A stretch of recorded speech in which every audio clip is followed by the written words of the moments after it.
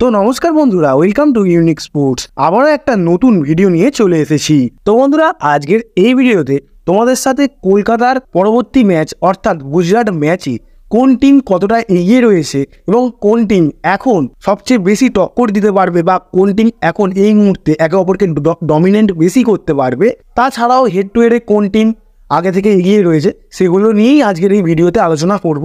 So ভিডিওটা কিন্তু শেষ পর্যন্ত দেখবে। তো চলো শুরু করা যাক। তো বন্ধুরা, 21শে এপ্রিল সন্ধ্যা 7:30 থেকে ইডেনে খেলাটা হতে চলেছে গুজরাট আর কলকাতার মধ্যে। আর বন্ধুরা, তোমাদের বলে রাখি, যেহেতু এই ম্যাচটা কলকাতার হোম গ্রাউন্ডে হচ্ছে এবং কলকাতার হোম ম্যাচ, সেহেতু কলকাতার অনেকটাই হোম অ্যাডভান্টেজ থাকবে। কিন্তু সেটা কয়েকটা ম্যাচ ধরে তো দেখতে পাচ্ছি না, বাট অডিয়েন্সের সাপোর্টটা দেখতে পাচ্ছি যে কলকাতার অডিয়েন্সরা প্রচুর ভালোভাবে কলকাতার প্রত্যেকটা প্লেয়ারকে সাপোর্ট করছে। আর বন্ধুরা, আর একটা কথা বলে রাখি, পিচে কিন্তু একটুও সুযোগ সুবিধা পাচ্ছে না কলকাতা। তাছাড়াও এবারে যদি হেড টু হেডের কথা বলি, হেড টু হেডে কিন্তু গুজরাট আর কলকাতার মধ্যে মোট 4টে ম্যাচ খেলা হয়েছে। আর সেই 4টে ম্যাচের মধ্যে কলকাতা জিতেছে 1টা, গুজরাট জিতেছে 2টো এবং ড্র হয়েছে 1টা।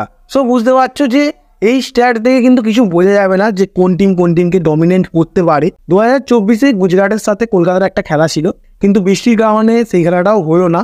সো আমরা দেখতে পেলাম না। বাট তোমাদের এই সিজনের কথা বললে, গুজরাট 6টা ম্যাচ খেলেছে, 4টে জিতেছে এবং 2টো হেরেছে। আর এইদিকে কলকাতা 7টা ম্যাচ খেলেছে, তার মধ্যে জিতেছে 3টে এবং হেরেছে 4টে। সো বুঝতে পারছি এইবারে কিন্তু গুজরাটের পাল্লাটা অনেকটাই ভারী কলকাতার থেকেও এবারে কিন্তু গুজরাট ভালো প্রদর্শন করেছে প্রত্যেকটা ম্যাচেই। তো বন্ধুরা, এবারে যদি কলকাতার কথা বলি, কলকাতা 1-2টো ম্যাচ বাদ দিয়ে প্রত্যেকটা ম্যাচেই প্রায় ভালোই খেলেছে, কিন্তু নিজেদের ম্যানেজমেন্টের এবং কোচের ডিসিশনের ভুলের কারণেই কলকাতাকে অনেকগুলো ম্যাচ জেতার মুখ থেকে হারতে হয়। আর যেগুলো জিতেছে কিন্তু কলকাতা, সেগুলো কিন্তু একটা বড় মার্জিনে জিতেছে বা সামনের টিমকে পুরো নাস্তানাবুদ করেই জিতেছে। আর বন্ধুরা, তোমাদের গুজরাটের কথা বলে রাখ, গুজরাট তাদের আগের ম্যাচটা কিন্তু লখনৌর কাছে হেরে গিয়েছিল। আর আজকে বিকালে কিন্তু গুজরাটের খেলা রয়েছে দিল্লির সাথে। সো এই খেলাটা কিন্তু একটা হাড্ডাহাড্ডি এবং ইন্টারেস্টিং খেলা হবে, তোমরা দেখতে পারো। আর বন্ধুরা, তোমাদের বলে রাখি, আজকে কিন্তু 19 তারিখ, আর আজকে গুজরাটের সাথে দিল্লির খেলা।